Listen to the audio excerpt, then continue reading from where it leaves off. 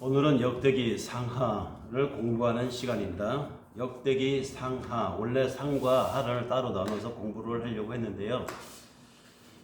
대체적인 내용이 우리 열왕기에서 이스라엘 왕조에 대한 이야기를 나누었기 때문에 오늘은 역대기 상하 따로 나누지 않고 하나로 보겠습니다. 역대기는 상과 하로 나누어져 있습니다. 열왕기 기록과 비교를 해볼 때 역대기는 열왕기가 북이스라엘 왕조의 흥망성쇠를 다루고 있다고 하면 역대기는 남왕조 유다의 왕조에 국한해서 그 역사 왕조 이야기를 다루고 있습니다. 특히 다윗의 왕조에 대해서 다루고 있죠. 다윗, 그 다음에 솔로몬, 솔로몬을 이은 르호보암 왕까지의 이야기를 다루고 있고, 그 다음에 이제 2부로 넘어가게 되면 르호보암 이후에 북이스라엘과 남유다로 갈라진, 그 중에서 갈라진 남쪽 남왕조, 르호보암 이후에 남왕조 멸망 때까지의 역사를 다루고 있습니다. 역대 기자는, 역대기를 기록한 기자는 에스라라고 하는 제사장으로 알려져 있습니다. 에스라 잘 아시죠? 에스라, 느헤미야라고 하는 이 성경 안에 있는 또 다른 책인데 그 책의 기록자로 알려져 있는 에스라. 그래서 그 기록하고 있는 시대의 배경은 사울의 죽음으로부터 솔로몬 왕의 통치가 시작될 때까지 약 40년간의 그 기간을 기록한 것이 역대기 상의 내용입니다. 그러니까 주전 100년에서 주전 960년 사이의 역사를 기록한 것이죠. 특이한 것은 역대기는 그 시작에서 아브라함으로부터 시작되는 족보를 나열합니다. 그래서 쭉 이어지고 그 족보가 아브라함으로부터 시작해가지고 약 3000년간의 인간의 그 역사를 기록하면서 그 중에서 이제 유대인, 다윗에게서 시작돼서 르호보암 이후로 남유다 왕조의 왕조 족보를 이루어가는 그 계보를 여기서 소개하고 있습니다. 그러니까 이 역대기를 기록한 저자의 이 기록 목적이 여기서 나오는 것이겠죠. 역대기를 기록한 저자의 목적은 역사적인 측면에서 양국 시대 동안에 북이스라엘, 남유다 이 양국 시대 동안에 포커스를 남왕조에 맞춰서 그 당시의 성전의 제사장들 이야기, 그 다음에 성전을 꾸리는 이야기, 그 다음에 그 다윗 왕조의 신앙적인 측면, 하나님 앞에 성실했다든지 또는 하나님 앞에 하나님 마음에 들지 않았다든지 이런 관점으로 이 왕조의 역사, 남왕조, 유다 왕조의 역사를 기록하고 있습니다. 특징을 열왕기와 비교해서 보면 역대서는 열왕기서와 그 내용이 거의 비슷합니다. 쓰여진 관점만 다릅니다. 그러니까 어떤 관점이 다르냐? 열왕기는 선지자적인 관점에서, 즉 하나님이라고 하는 그 시각에서 권선징악, 이런 관점에서 열왕기가 이스라엘 왕조에 대한 시각을 썼다고 하면 역대기는 제사장적 관점에서 쓰였다는 것입니다. 제사장적 관점, 이것은 주로 성전 예배 또는 제사장 또는 레위 족속에 관한 기록들이 역대기에는 많습니다. 그래서 역대기서에는 열왕기서에 나와 있는 북왕국 이스라엘, 즉 북이스라엘에 대한 기록은 거의가 없고 남왕조 유다 역사, 즉 다윗 왕의 역사, 솔로몬의 역사, 솔로몬의 아들의 역사, 이렇게 남왕조의 역사가 쭉 기록되어져 있습니다. 이렇게 북왕국 이스라엘을 배제한 남왕조 유다 왕국에 기록이 되어 있는 이 역대기는 전체적으로 보면 이제 그 스토리 전개를 들어가 보면요, 대략 여러분들 이제 이거 읽어봐야 되는데요, 읽기 쉽게 전체 내용을 이제 스크랩을 해보면 이렇습니다. 1장에서 9장까지 열왕기 상이죠. 역대기 상이죠. 역대기상 1장에서 9장까지는 아담에서 다윗까지의 이야기와 족보가 나열되어 있습니다. 아브라함에서 다윗까지. 이게 의미심장하죠. 뭡니까? 하나님이 함께하는 하나님의 약속과 관계된 관점에서 기록이라는 것입니다. 그 다음에 통일 왕국 시대의 이야기가 10장에서 29장까지 기록되어 있습니다. 통일 왕국 시대. 이게 뭡니까? 다윗의 통치를 얘기하는 것이죠. 다윗이 처음부터 이스라엘 전체의 왕은 아니었다고 열왕기서에서 한번 말씀을 드린 기억이 있는데요. 다윗이 처음에는 사울 왕가의 군대 장관이었었죠. 그러다가 이제 사울의 질투를 받아서 도망을 가게 되죠. 도망, 망명길, 오랜 다른 곳으로 전전하는 생활을 하다가 헤브론 지역으로 돌아와서 그곳에서 그 지역의 왕으로 추대되더니 나중에 사울 일가가 죽고 난 뒤에 사울 남은 이스보셋이라고 하는 사울의 그 남은 아들들이 다스리는 왕조마저 무너지게 되니까 이스라엘 사울 왕가 쪽에 있었던 유력자들이 다 이 다윗에게 와서 투항을 하게 되죠. 그래서 가히 이스라엘 전체의 통치자로 들어서게 됩니다. 그러니까 그 세월이 하루쯤에 된 것이 아니고 수십 년의 세월, 7년의 세월이 걸렸다는 것이죠. 그런 기간을 거쳐서 다윗이 전체 이스라엘의 통치자가 되는 과정이 10장에서 29장까지 나열되어 있고요. 이 과정이 쭉 언급되어 있는 것이 역대기 상에 나열되어 있습니다. 그러니까 역대기 상 내용을 보면 다윗 통치에 대한 이야기죠. 그러면 역대기 하는 뭡니까? 역대기 하는 그 나머지 이야기가 되겠습니다. 역대기 하는 주로 솔로몬의 이야기입니다.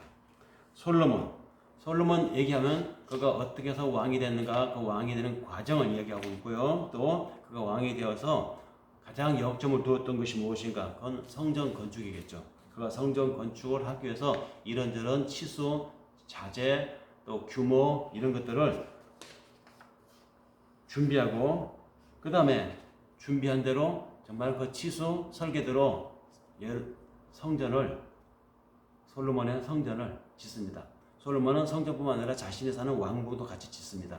그러니까 성전과 왕궁을 짓는 이야기가 역대기 하의 주요 내용들입니다. 그 다음에 역대기 하 주요 내용 중에서 뒷부분에 가면은 이제 10장에서 36장까지, 그 끝장까지죠. 거기까지 보면 이제 솔로몬 이후에 남유다 왕들에 대한 이야기 나옵니다. 솔로몬의 아들 르호보암으로부터 시작해서 북쪽 이스라엘이 찢겨져 나가고 떨어져 나가고 남은 이스라엘 왕조가 유다 왕조가 유다 지파를 중심으로 베냐민 지파 이렇게 두 지파가 남은 왕조의 중심을 이루게 되죠. 거기서 성전을 중심으로 다스려 나가는데 이 솔로몬 이후에 그 왕들은 다윗 왕 같지 못했고 또 솔로몬 같지도 못했습니다. 전성기를 꾸리지도 못했고 점점점 나라의 규모는 적어져 갔지만 개정에 혹가다가 하나님의 마음에 합당한 왕들이 나기도 하고 또 사라지기도 했다는 것이죠.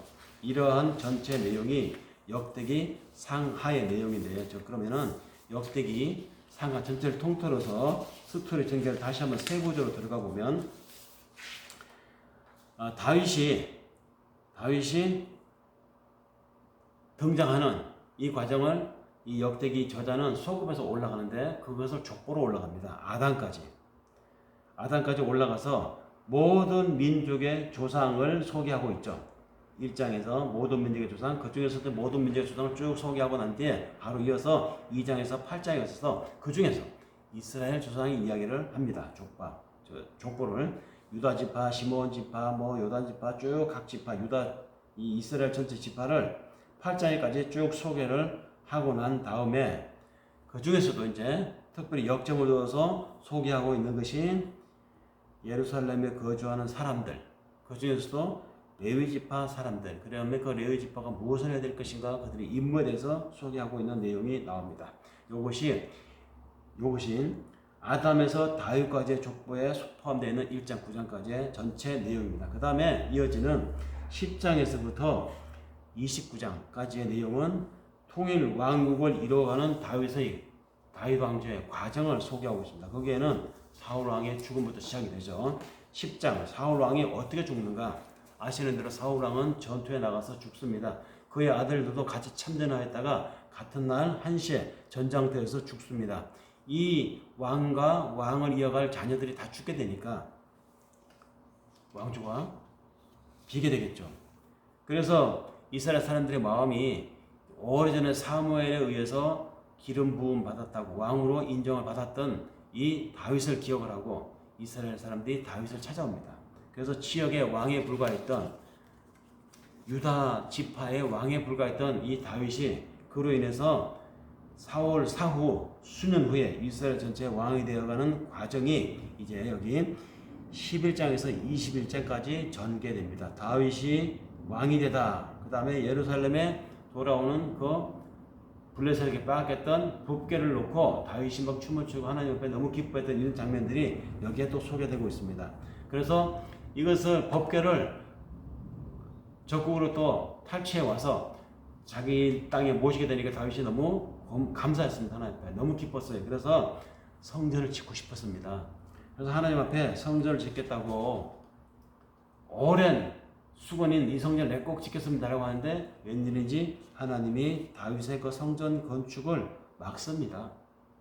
그래서 다윗은 자기 때에 이 성전을 짓지 말라는 하나님의 그 뜻을 받아들여서 자신 때는 못 짓지만 자기 다음 때 아들 다음 차기 왕 때는 그 성전을 짓도록 자기가 할 수 있는 모든 것을 준비를 시킵니다. 자재며 설계며 거기에 일을 할 기술자들이며 전부 다 구비를 해놓죠. 하나님 자기한테는 짓지 말라고 했지만 자기 다음 때 가서는 반드시 짓도록 그 조치를 해놓습니다. 대신에 성전을 짓지 못하지만 다윗은 그 대신 국력을 다른 쪽으로 돌립니다. 바깥으로 확장하는 전력이죠. 그래서 다윗 왕 때에 엄청난 정복 전쟁을 벌입니다. 그래서 이스라엘의 영토가 굉장히 늘어나게 됩니다. 확장됩니다. 그리고 통치의 내실을 기하면서 전체 인구 조사를 또 하게 되죠. 세수를 확정하고 인구 규모를 적절하게 통치하기 위한 내치의 만반을 기하해서 인구 조사를 하는데 이 인구 조사를 하는 다윗의 그 동기가 하나님 보시기에 또 좀 좋지 않았어요. 자신의 통치 기술과 자신이 쌓은 업적을 과시하려고 하는 그 동기가 또 그 속에 있었기 때문에 하나님이 그것을 좋지 않게 보셔서 다윗의 통치 기간에 다윗 왕조를 포함한 그의 통치 그 영역에 병을 내리십니다. 그것을 하나님 심판이라고 소개하고 있는데요. 이 하나님의 심판이 소개되고 있는 내용이 또한 여기에 나오고 있습니다. 이 심판을 끝으로 다윗이 제사장 족속들, 레위 족속들을 구성하고 앞으로 성전이 지어지게 되면 그곳에서 봉사할 사람들의 임무와 규모와 영역을 다 나누는 이런 그 내부 정비 작업을 다윗이 하는 것으로 역대기 상의 이야기가 끝이 납니다. 그래서 역대기 하로 넘어가게 되면 이제 다윗이 이야기가 아니고 다윗은 이제 죽고 다윗의 아들 솔로몬이 왕이 되는 이야기로부터 시작되는 것이 역대기 하 이야기입니다. 역대기 하 이것은 순전히 솔로몬의 이야기로부터 시작해서 솔로몬의 이야기로 끝난다고 해도 과언이 아닙니다. 솔로몬의 이야기를 시작하자고 하면 먼저 솔로몬이 무엇을 합니까? 아버지 다윗이 준비해 놓았던 성전 건축에 대한 것을 솔로몬이 이어서 하죠. 그래서 성전 건축에 대한 이야기가 1장에서 9장까지 역대기하 1장 9장까지 이어집니다. 이 부분에서 솔로몬은 그 신앙이 점점 더 하나님의 인정을 받고 하나님의 인정을 받으니까 그가 하는 모든 일들이 하나님 보시기에 적절했던 것이죠. 하나님도 그를 축복하셔가지고 그의 영역이 넓어지고 그의 개인적인 부기도 굉장히 호화롭게 번창해 나가게 됩니다. 그 와중에 그 많은 그 재력을 이용해서 성전을 건축했으니까 성전이 얼마나 화려했겠습니까? 그리고 이룬 그 성전을 놓고 하나님 앞에 예배를 드리고 거기에 하나님 앞에 성전 건축식을 드리는 내용들이 굉장히 긴 내용 2장에서 7장까지 이르러 여기에 나오게 됩니다. 성전 건축에 대한 이야기, 성전 건축을 위해서 일했던 사람들의 이야기, 기술자들, 장인들 이야기가 쭉 나오게 되죠. 그 다음에 이제 이런 일을 이루고 난 솔로몬이 이제 죽게 됩니다. 나중에 솔로몬이 죽으면서 그가 썼던 그의 인생에 대한 회고 또는 그가 열정적인 사랑을 했던 사랑의 노래 또는 자식들을 향한 자신의 격언 남겨주고 싶었던 이야기 이런 것들을 쭉 쓴 이야기들이 이제 뭐 전도 또는 아가서 또는 뭐 잠언 중에 일부 이렇게 기록된 내용들이 전해져 오고 있죠. 시도 썼습니다. 시편 중에 솔로몬의 시도도 있습니다. 그다음에 별개의 성서 문학이라고 해서 성문서 거룩한 문학이라고 해서 따로 분류가 되어 있죠. 그쪽 편에서 다시 이야기하기로 하고요. 솔로몬이 이와 같이 그의 재위 기간 중에 했던 일들, 그 재위 기간 중에 도모했던 성전 건축에 대한 이야기들이 역대기 하의 주요 내용을 이루고, 나머지 역대기 하의 뒷부분 10장에서 나머지 끝에까지 36장까지 이야기는 이제 솔로몬 사후에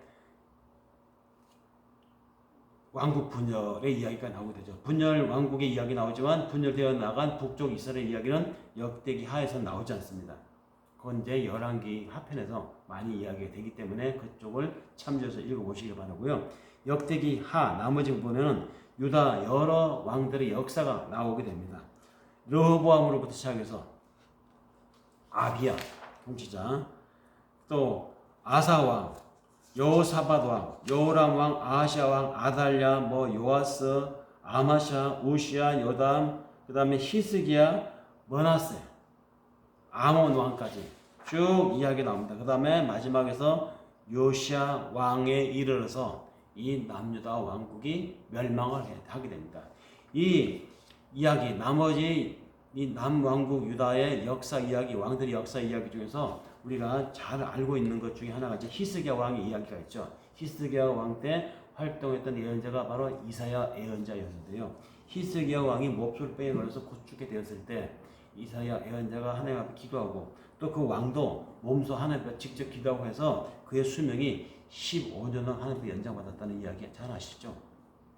히스기야가 왜 하나님 앞에 몹쓸병에서 죽을 위기에 걸렸는지, 그가 기도해서 하나님 앞에 수명을 연장받은 이야기는 하나님의 수명 연장해 주었는지에 대한 이야기를 직접 한번 읽어보시기를 바랍니다. 그 다음에 이런 왕들이 있었고요. 이런 왕들 쭉 지나가서 마지막에 이제 유다의 마지막 왕인 요시야 왕의 역사가 나오는데요. 대부분의 왕들이 르호보암 때부터 시작해서 솔로몬 이후 르호보암 왕 때부터 시작해서 이 요시야 왕에 이르기까지 대부분의 왕들이 하나님 앞에 그렇게 선하지 못했습니다. 그러니까 신앙적으로 살지 못했다는 것이죠. 그것은 이웃한 떨어져 나간 이스라엘 왕조와의 교류 중에 그곳에서 묻어온 문화적, 또 그곳에서 함께 유입되어 들어온 이방 종교적, 우상 숭배적 요소들이 유다 왕들에게도 영향을 미쳤기 때문에 아마 그런 양상이 되지 않았나 싶습니다. 그러나 그럼에도 불구하고 북쪽 열왕기에 기록되어 있는 북쪽 이스라엘 왕조에 비해서는 그나마 하나님 앞에 그래서 점수를 좀 얻었다는 거, 히스기야 왕이라든지 또는 이스라엘의 마지막 왕인 요시야 왕 정도까지는 그래도 하나님 앞에 하나님 보시기에 선하였다, 하나님 보시기에 정직히 행하였더라, 이런 신앙을 인정받는 왕들이 가끔씩은 나왔습니다. 특히 요시야 왕 때에 와서는 대대적인 국가 종교 개혁을 시도하죠.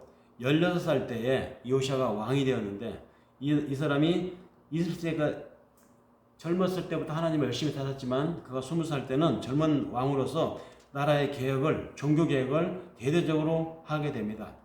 다만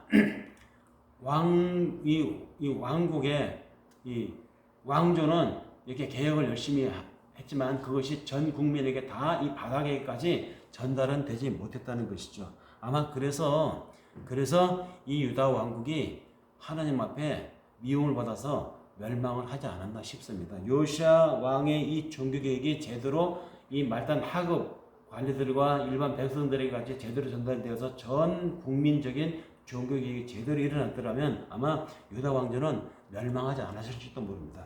요시야 왕의 종교 개혁이 있고, 그러나 그것은 결국에는 그가 전쟁에서 전사함으로써 실패로 끝나고 말았죠. 그가 죽고 난 뒤에 이어서 여호와스 왕, 여호야김 왕, 또 여호야긴 왕, 그 다음에 시드기야 왕까지 쭉 뒤에 마저 왕들이 이어졌지만 이 시드기야 왕을 마지막 왕으로 해서 예루살렘은 적국에게 넘어가고 유다에 있는 유력자들은 그 적국, 즉 바벨론의 포로로 끌려가는 이런 신세가 되면서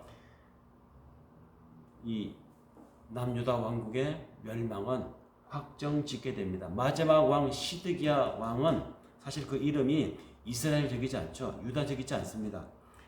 여호야김 이런 말까지는 이스라엘적 이름인데 시드기야 이 말은 바벨론적 이름입니다. 다시 말해서 시드기야 왕, 이 왕은 유다의 왕이었지만 괴뢰 왕이었어요. 바벨론에서 자기들이 마음대로 부려먹기 쉬운 그런 왕으로 세웠던 것입니다. 그래서 그 왕의 이름을 바벨론식 이름을 붙여서 시드기야라고 붙였던 것이죠.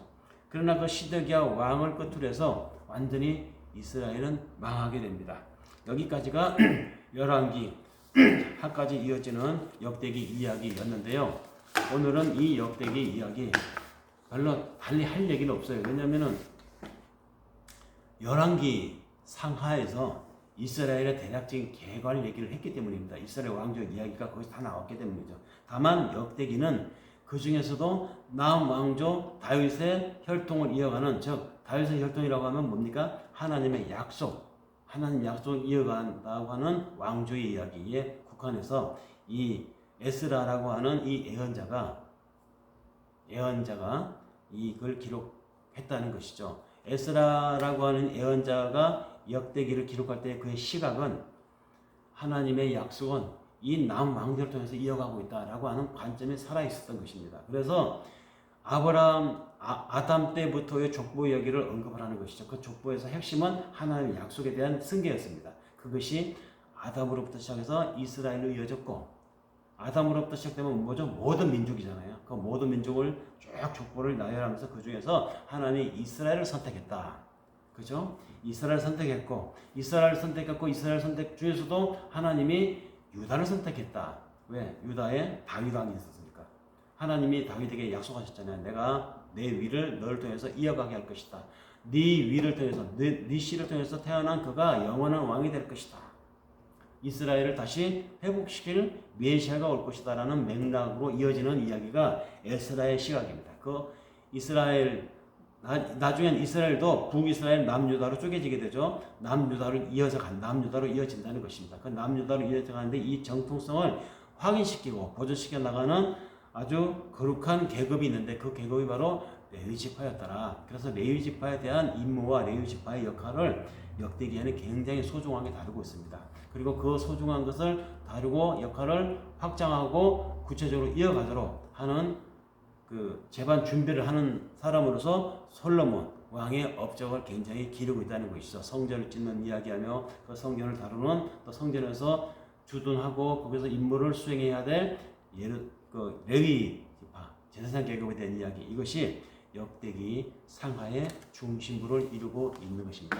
시간의 흐름이라고 하는 것도 그런 관점에서 에스라 이 기록자가 전하고 있다는 것, 여기까지 오늘 말씀을 드리고 역대기 상하를 마치겠습니다. 다음 시간에는 느헤미야, 에스더, 에스라라고 하는 이 이스라엘 역사의 마지막 이야기죠. 이걸 가지고 또 공부를 해보겠습니다. 오늘 여기까지 마치겠습니다. 감사합니다.